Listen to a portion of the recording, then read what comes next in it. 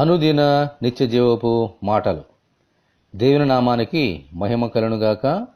దేవుని వాక్యాన్ని చదువుకుందాము.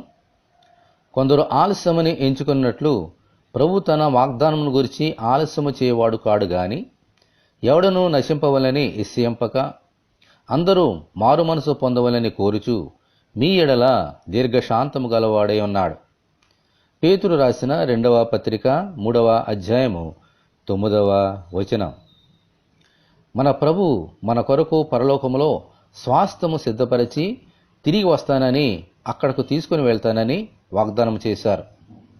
ఆయన ఆరోహణమైనప్పుడు దేవదూతలు కూడా ఏ రీతిగా ఆయన పరలోకమునకు వెళ్ళారో అదే రీతిగా తిరిగి వస్తారని చెప్పారు.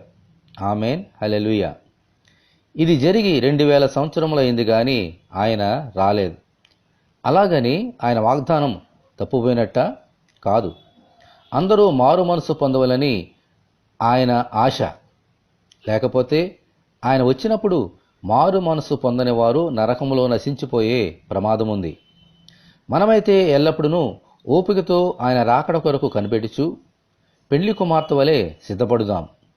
ప్రభువా, మారు మనసు అనుభవము కలిగి మీ రాకడ కొరకు ఎదురుచూచుచు మీ పెండ్లి భారీగా సిద్ధపడుచు ఎత్తబడే గుంపులో మేముండినట్లు దయచేయమని ప్రభు అయిన యేసుక్రీస్తు ద్వారా మనమందరము దేవుని ప్రార్థన చేసుకుందాము. ప్రభువా, మీకు వందనాలు తండ్రి.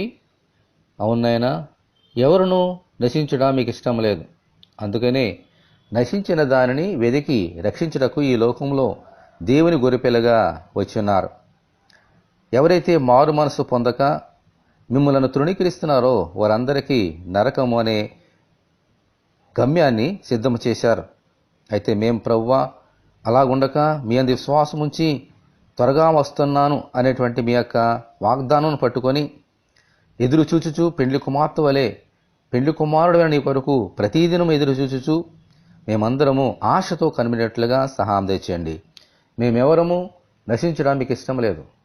కాబట్టినైనా ప్రతిదినము మమ్మల్ని మేము పరీక్ష చేసుకుంటూ మీ కొరకు విశ్వాసముతో, నిరీక్షణతో, ప్రేమతో ఎదురు చూచినట్లుగా ఆ 2వ రాకడలో ఎత్తబడి గుంపులో మేముండి సదాకాలం మీతో ఆ స్వాస్థ్యములో జీవించినట్లు మీ కృప మాకు అనుగ్రహించమని, ఈ వాక్యం వింటున్న నీ బిడ్డలందరినీ దీవించమని యేసు అతి పరిశుద్ధమైన నామములో ప్రార్థన చేయుచున్నాము తండ్రి.